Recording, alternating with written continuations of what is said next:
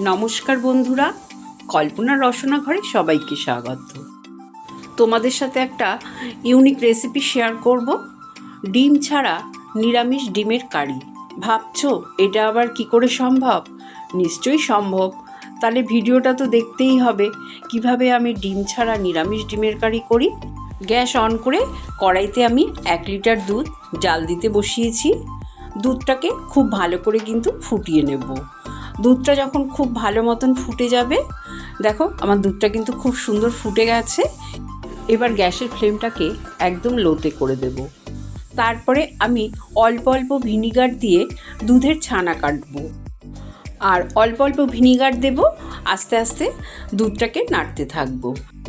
নাড়তে নাড়তে দেখো আমার কিন্তু ছানাটা কেটে গেছে, খুব ভালো মতন ছানা কেটে গেছে। এবার আমি এই ছানাটা ছেঁকে নেব। একটা ছাঁকনির মধ্যে আমি পুরো ছানাটা ঢেলে দিলাম। এবার ছানার জলটা ছেঁকে নেব। ছাঁকা হয়ে গেলে আমি নর্মাল জল দিয়ে ভালো করে ধুয়ে নেব, যাতে ছানার টক ভাবটা কেটে যায়। খুব ভালো করে আমি জল দিয়ে ধুয়ে নেব। ছানার জলটা ঝরানো হয়ে গেলে পাতলা একটা সুতির কাপড়ের মধ্যে মুড়ে একটা ভারী কিছু দিয়ে চাপা দিয়ে রাখবো। আমি নোড়াটা চাপা দিয়ে রেখে দিয়েছিলাম প্রায় ঘন্টাখানেক। এতে আমার ছানার যে এক্সট্রা জলটা সেটা বেরিয়ে যাবে। তোমাদের আমি বাটিতে ঢেলে দেখিয়ে দিচ্ছি, দেখো ছানাটা কত সুন্দর হয়েছে। এই ছানাটাকে এবার মেখে নেব। একটা বড় সাইজের আলু সেদ্ধ করে দিয়ে দিলাম ভেঙে ভেঙে। আলুটা এই ছানাটার সাথে চটকিয়ে নেব। আর তার মধ্যে দিয়ে দিলাম 1 চামচ ময়দা, আর 1 চামচ দিয়ে দিলাম কর্নফ্লাওয়ার, আর দিয়ে দেব 1 চামচ বেসন, আর স্বাদ অনুযায়ী নুনও দিয়ে দেব এই মাখাটার মধ্যে। মেখে যদি মনে হয় তাহলে পরে আরেকটু বেসন দেওয়া যেতে পারে, যদি ঠিকঠাকভাবে মাখাটা না হয়। আমি খুব ভালো করে আগে মেখে নেব 1 চামচ বেসন দিয়ে। দেখো আমার মাখাটা কিন্তু খুব ভালো মতন হয়ে গেছে, আমার আর বেসনের দরকার হয়নি। তোমাদের যদি মনে হয় যে না আরেকটু নরম আছে, একটু বেসন দিতে হবে, তাহলে তোমরা দিতে পারো। আর বাড়িতে যদি কর্নফ্লাওয়ারও না থাকে তাহলেও তোমরা ময়দা আর বেসন দিয়ে এই ছানাটাকে ভালো করে মেখে নিতে পারো। তবে স্বাদ অনুযায়ী নুনটা দিতে কিন্তু ভুলো না।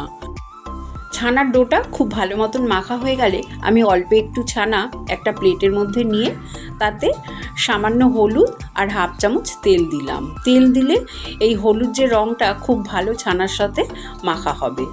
আমার ভালো মতন মাখা হয়ে গেছে। এবার এই মাখাটা থেকেই ছোট ছোট করে লেচি কেটে নেব, আর সেগুলোকে এরকম গোল গোল শেপ দিয়ে নেব। আমার ওই ছানার ডোটা থেকে 6টা বল তৈরি হয়েছে। বাটিতে যে ছানার ডোটা রেখেছিলাম সেটাতে কিন্তু আমি আর হলুদ মেশাবো না, এটা সাদাই রাখবো। এটা থেকেও আমি 6টা লেচি কেটে নিলাম। 1 লিটার দুধের ছানা থেকে 6টা ডিম আমি তৈরি করব। এবার আমি এই সাদা লেচিগুলোকে প্রথমে গোল পাকিয়ে নেব, তারপরে একটু বাটির শেপ দিয়ে নেব, আর মাঝখানে একটা করে এই হলুদ বল ভরে তারপরে দেখো ভালো করে হাতে আমি গোল শেপ দিয়ে এবার আমি ডিমের মতন শেপ করে নিলাম। একটা বড় থালার মধ্যে কিছুটা আমি ময়দা ছড়িয়ে রেখেছিলাম, আর এই ছানার ডিমগুলোকে ময়দার মধ্যে একটু কোটিং করে নিলাম, তাহলে ছানার ডিমগুলো ঠিকঠাক থাকবে। এইভাবে আমি 6টা ডিম করে নিলাম। তোমাদের আমি সুতো দিয়ে একটা এই ছানার ডিম কেটে দেখিয়ে দিচ্ছি যে কেমন আমাদের ডিমটা তৈরি হলো। দেখো তো এইবার ডিমের শেপ হলো কি না। এবার আমি ডিমের কারি বানাবো। তার জন্য গ্যাস অন করে আমি একটা কড়াই বসিয়ে সর্ষের তেল গরম করতে দিলাম। রান্নাটা সর্ষের তেলে করব। তেলটা গরম হয়ে গেলে আমি ডিমগুলোকে ভেজে নেব। এক পিঠ লাল হয়ে গেলে উল্টে দেব, অপর পিঠটাও লাল লাল করে ভেজে নেব। আর উল্টানোর সময় কিন্তু খুব সাবধানে উল্টাতে হবে, কারণ এই ডিমগুলো কিন্তু একটু ভেঙে যাওয়ার ভয় থাকে। সেই জন্যে খুব সাবধানে উল্টিয়ে পাল্টে 2 পিঠ লাল লাল করে ভাজতে হবে। মিক্সিং জারের মধ্যে আমি একটা মশলা বানিয়ে নেব। তাতে দিয়ে দিলাম একটা বড় সাইজের টমেটো, 1/2 ইঞ্চির মতন আদা কুচি, 2টো কাঁচা লঙ্কা, আর কয়েকটা কাজু। অল্প জল দিয়ে এই পেস্টটা বানিয়ে নেব। এই গ্রেভিটায় কাজু দিলে কিন্তু খুব ভালো টেস্ট হয়। ছানার ডিম ভাজার তেলেই আমি একটা তেজপাতা, শুকনো লঙ্কা আর গোটা জিরে ফোড়ন দিয়ে দিলাম। ফোড়নের সুন্দর গন্ধ বেরোলে আমি মিক্সিং জারে যে পেস্টটা করলাম টমেটো, আদা, কাঁচা লঙ্কা আর কাজু বাদামের সেই পেস্টটা দিয়ে দেব। এই সময় গ্যাসের ফ্লেমটা লোতে করে দেব। তারপরে এর মধ্যে গুঁড়ো মশলাগুলো দেব। হাফ চামচ দিয়ে দিলাম লাল লঙ্কার গুঁড়ো, হাফ চামচ জিরে গুঁড়ো আর হাফ চামচ হলুদ দিয়ে দিলাম। মশলা কষানোর সময় হাফ চামচ চিনিও দিয়ে দিলাম। মিক্সিং জারটা ধুয়ে অল্প একটু জল দিয়ে দিলাম যাতে মশলাটা পুড়ে না যায়। এবার লো ফ্লেমে মশলাটাকে খুব ভালো করে কষিয়ে নেব যতক্ষণ না মশলা থেকে তেল ছাড়ছে। কিছুক্ষণ কষানোর পর দেখো মশলা থেকে সুন্দর তেল ছেড়ে দিয়েছে। এবার আমি দিয়ে দিলাম ছানার জল। সবটা ছানার জল আমি দেব না, যতটা গ্রেভি রাখবো ততটাই আমি জল দিলাম। ছোট বাটির 1 বাটি মতন জল দিয়ে দিলাম। গ্রেভিতে এক্সট্রা আর আমি জল দেব না।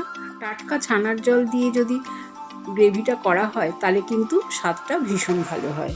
স্বাদ অনুযায়ী নুনও দিয়ে দিলাম আর দিয়ে দিলাম 2 চেরা কাঁচা লঙ্কা। সব কিছু দিয়ে গ্রেভিটা যখন ভালো মতন ফুটে যাবে গ্যাসের ফ্লেমটা কমিয়ে ঢাকা দিয়ে 7-8 মিনিট রেখে দেব। এবার তোমাদের ঢাকনাটা খুলে দেখাচ্ছি। দেখো গ্রেভিটা কিন্তু ঠিকঠাকভাবে হয়ে গেছে, আর বেশি ফোটাবো না। সব শেষে এবার দিয়ে দেব হাফ চামচ শাহি গরম মশলার গুঁড়ো, আর যেহেতু নিরামিষ রান্না একটু ঘি দিলে তো ভালোই হয়, দিয়ে দিলাম 1 চামচ ঘি। 1 মুঠো ধনেপাতা কুচিও দিয়ে দিলাম। ধনেপাতাটা তোমরা দিতেও পারো নাও পারো, দিলে ভালোই লাগবে। তৈরি হয়ে গেল সুস্বাদু নিরামিষ ডিম কারি। এবার তোমাদের একটা প্লেটে আমি তুলে দেখিয়ে দিচ্ছি যে ডিমের কারিটা কতটা সুন্দর হয়েছে। একটা গোটা ছানার ডিম এবার সুতো দিয়ে কেটে দেখিয়ে দিচ্ছি যে রান্না হওয়ার পর ডিম যেমন দেখতে হয় ভেতরটা, ঠিক সেই রকমই কিন্তু আছে। দেখো তো, তাহলে তৈরি হয়ে গেল সুস্বাদু নিরামিষ ডিম। যে কোনো নিরামিষ দিনে তোমরা কিন্তু এইভাবে নিরামিষ ডিমের কারি বানাতেই পারো। এটা ভাত, রুটি, লুচি, পরোটা সব কিছুর সাথে খেতে ভীষণ ভালো লাগবে। রেসিপিটা যদি ভালো লাগে কমেন্ট করে জানিও। চ্যানেলটাকে লাইক, শেয়ার করো, আর নতুন বন্ধু হয়ে থাকলে সাবস্ক্রাইব করো। সুস্থ থেকো, ভালো থেকো। ধন্যবাদ।